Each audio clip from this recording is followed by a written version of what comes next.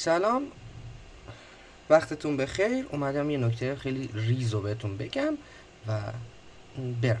یه نکته ای که توی آل سیزن ها معمولا پیش میاد، اینجا هم همینطور که میبینین ATH بیت کوینه که اواخر سال 2022 ما داشتیمش اینجا، و این مشکی مارکت کپ بیت کوین و اتریوم از کل مارکت کپ حالا کریپتو کم شده و یه جورایی میشه گفت مارکت کپ آلت کوینا حساب میشه که بیت کوین و اتریوم ازش حذف کرده.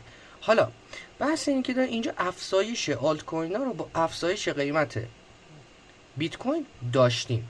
از طرفی اینجا این صورتی که شما دارین میبینید، حالا این صورتیه رو اگر یکم دقت بهش بکنم، آفرین، این صورتی قضیه که الان اینجا دارین میبینید اینه که آقا نقد شوندگی بازاره، کسایی که دستشون تتره و اصطلاحا نقد تو بازارن، هرچی افزایش پیدا میکنه یعنی دارن میفروشن و هرچی کمتر میشه، همجوری که الان دارین میبینین توی ATH بیت کوین ما اینجا فکر کنم خلوش 2.58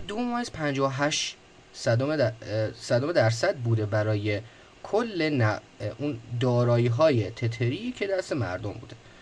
بعد الان توی مشاهدات اخیرمون اگه بخوایم دقت کنیم، توی تایم فریم روزانه ما افزایش قیمت بیت کوین داشتیم. این افزایش قیمت بیت کوین، این چارتی که ما الان تو خود چارت هستیم، این دامیننس بیت کوین هستش.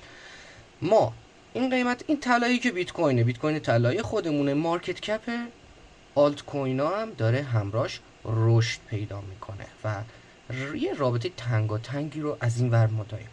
حالا نکته قضیه اینه که ما داریم، اتفاقی که داره میفته اینه که ما قیمت بیت کوینمون حالا الان دوربر مثلا 51 و مثلا خورده ای الان هست، حالا 51 و 100 200 تو الان ها، تو این تایم که الان براتون دارم ویدیو میذارم که اینجا میتونید نگاه کنید که چه تایمیه. بله، 24 فوریه 2024.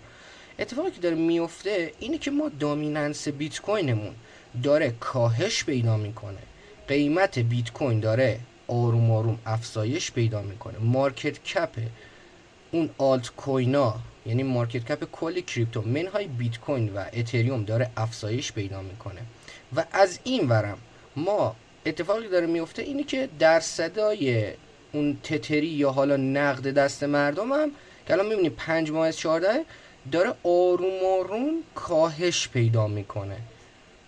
این یه سیگنال نیست، این یک تحلیله که شما نسبت به یه سری از آلت کوینا یکم دیدگاه دیگه‌ای داشته باشین و سعی کنین که بهش یه دقت بیشتری بکنین. الان تو همین تایمی که الان اتفاق افتاده و این کاهش ها رو ما داشتیم، خب تو الان 24 فوریه ما دیشب یونی رو نزدیک 100% تقریبا 78% اینا سود داشتیم. تو همین تایم یونی سواب همچین اتفاقی براش افتاد. یه سری از ارزایی که بر پایه لایه دوم بودن رشد داشتن، پام شدن تا 20%.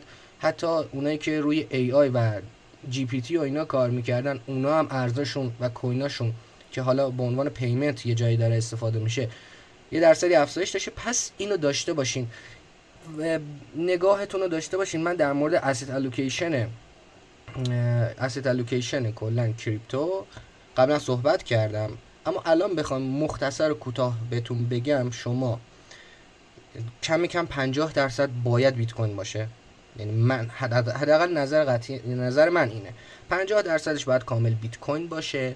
از 100% شما 10 تا 15% هم میتونین اتریوم داشته باشین، اما من پیشنهاد نمی کنم. جذاب، دوست داشتنیه، اما هزینه ها و تراکنش هایی که شما باید بابتش بدین خیلی بالاست. شاید به عنوان مثال میگم شما بخواین $400 اتریوم بخرین و توی کیف پولتون داشته باشین، فقط توی یه رفت و برگشت شما نزدیک 10% تو کمترین حالتی که گسفی اتریوم داره شما باید بپردازین بابت اون کارمزد شبکه. یعنی چی؟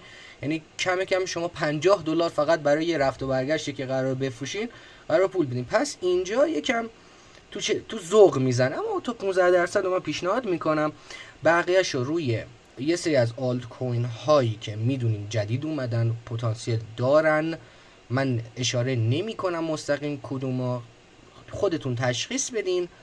اون 40% باقی مونده رو، حالا من 50% گفتم بیت کوین، 40% رو شما بذارین یه چند تا آلت کوین خیلی خوب بخرین از اون استتون رو، و 10%ش هم که براتون واقعا مهم نیست و میتونین یه سری از شیت کوین هایی که میدونین مثلا ممکنه پامپ بشه، اونم نه اینکه اون 10% رو همشو یه شیت کوین بخرین، نه، اون 10% اون استتون هم میتونین اختصاص بدین به مثلا میگم 2 تا یا حالا 4 تا شیت کوین که اگه قرار باشه مثلا میگم یه دونه پایین بیاد یه دونه بالا بره، در مجموع اون 10% است و سبدتون تو ضرر نره. شاد و پرسود باشید. خدا نگهدار.